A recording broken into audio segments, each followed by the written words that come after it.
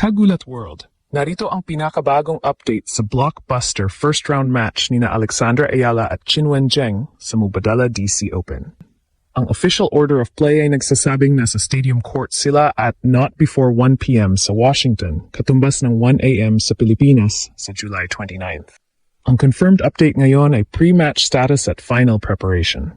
Nang lamang si Alex, world number 28, na shatting career high niya.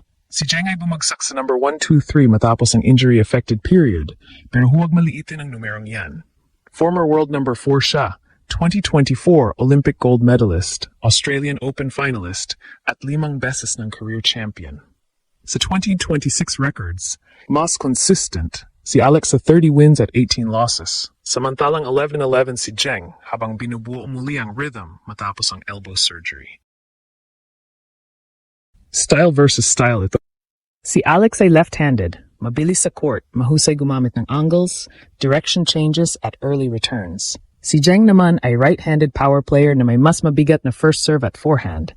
Sa kanyang 2026 comeback match sa Doha, nakapalo siya ng 20 aces. Ang laban ay maaring magdesisyon sa second serve ni Zheng, return position ni Alex at kung sino ang makakuha ng unang strike sa short balls. El Media. Binigyang diin ng official tournament account ang pagdating ni Alex sa Washington, habang iniulat ni TJ Manotok na maraming fans ang naghihintay sa Filipina star. Walang confirmed withdrawal o bagong schedule change. Una sa lahat, i-reset natin ang impormasyon dahil maraming live posts ang umiikot online. Wala pang official score sa Ayala-Zheng match. Ang WTA match page ay nakatag pa rin bilang upcoming.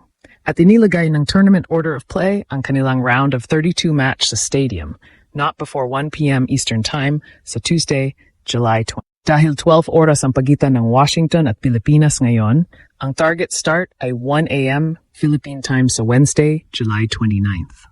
Maari pa itong maurong kung humaba ang unang stadium match ni na Camille Maidjak at Tommy Paul dahil not before ang schedule at hindi eksaktong first ball time. Punta tayo sa ranking at basic profile. Si Alex ay 21 years old, 5'9", left-handed, world number 28 at nasa kanyang career high ranking. Ang official WTA profile niya ay may 38 win-loss record ngayong 2026 at mahigit $128 million na season prize money.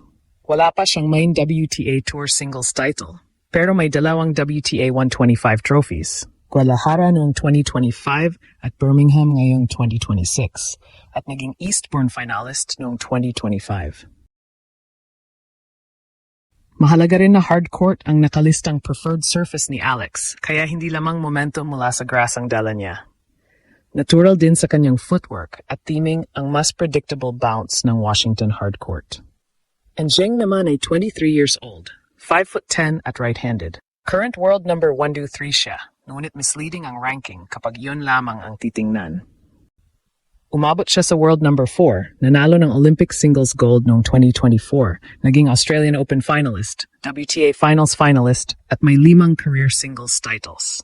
Ang 2026 record niya ay 11-11 at wala pa siyang title ngayong season.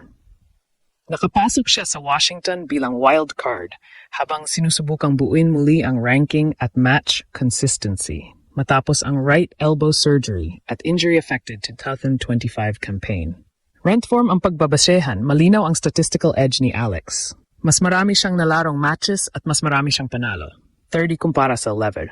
Mas mataas din siya ng 95 ranking places. Galing si Alex sa isang napakalakas na grass stretch kung saan nanalo siya sa Birmingham, tinalo si Elena Rybakina sa Berlin, at umabot sa 4th round ng Wimbledon bago natalo kay Jasmine Paolini. Ang panalo niya kay Rybakina ay ikalimang top 10 victory ng kanyang career. Patunay na hindi na bago sa kanya ang humarap sa elite power hitters.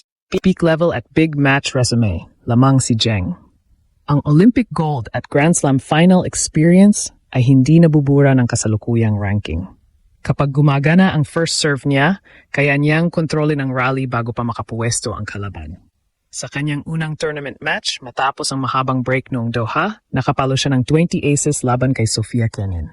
Yan ang klase ng serving ceiling na kailangang respetuhin ni Alex. Kahit hindi pa consistent ang Chinese star, isang mainit na serving day lamang ang kailangan para maging napakadelikado. Pangmahalagang correction. Ayon mismo sa official WTA draw analysis, first tour level meeting ito ni na Alex at Zheng. Kaya anumang post na nagsasabing may established WTA head-to-head advantage na ang isa ay hindi tugma sa official tournament preview. Wala pang tour-level history na pwedeng gawing matibay na predictor. Ang matchup ay tunay na bagong tactical puzzle para sa dalawang kampo. T-social media activity, itinampok ng official Mubadala DC Open Instagram account ang pagdating ni Alex sa Washington. Nagpost din si Filipino sports journalist TJ Manotok na maraming Alex fans ang naghihintay sa venue at inaabangan ang kanyang DC debut. Ang online excitement ay mataas, pero hanggang ngayon walang verified report na umatras ang alinman sa dalawa, walang confirmed injury problem bago ang match, at walang panibagong pagbabago sa official start window. Kaya ang tamang headline update, handa ang Ayala-Zheng showdown, ngunit mamayang madaling araw pa ang aktual na laban. Ngayon, himayin natin ang styles, strengths at weaknesses. Ang pinakamalaking tactical identity ni Alex ay ang pagiging left-hander na hindi lamang basta counter-puncher. Gumagamit siya ng maagang ball contact, sharp cross-court angles at biglang pagbabago ng direction para hilahin ang kalaban palabas ng court. Magaling siyang mag-redirect ng pace, kaya epektibo siya laban sa mga player na umaasa sa power. Nakita ito laban kay Rybakina sa Berlin. Hindi niya kailangang tapatan ang bawat palo sa raw speed. Ginamit niya ang agility at tight angles upang buksan ang court.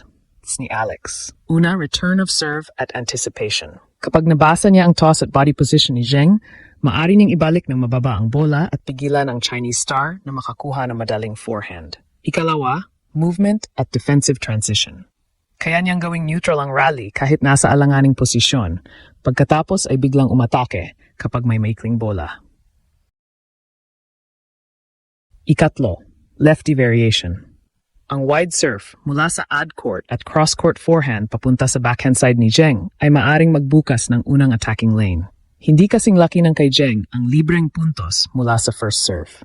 Kapag mababa ang first serve percentage o maiksi ang second serve, pwedeng umatras ng kaunti si Zheng at bombahin agad ang return. Maaari ring maipit si Alex kapag paulit-ulit siyang pinatatamaan ng malalim sa gitna dahil nababawasan ang pagkakataong gumawa siya ng angle. Kailangan niyang iwasan ang short, floating balls sa forehand wing ni Zheng at huwag hayaang maging puro depensa ang kanyang laro. Para kay Zheng, ang pangunahing sandata ay first strike tennis. Malakas ang first serve, explosive ang forehand, at kayang tapusin ang point sa isa o dalawang agresibong palo. Kapag mataas ang first serve percentage, napipilitan ang receiver na mag-block return at mabilis niyang nakukuha ang control sa baseline.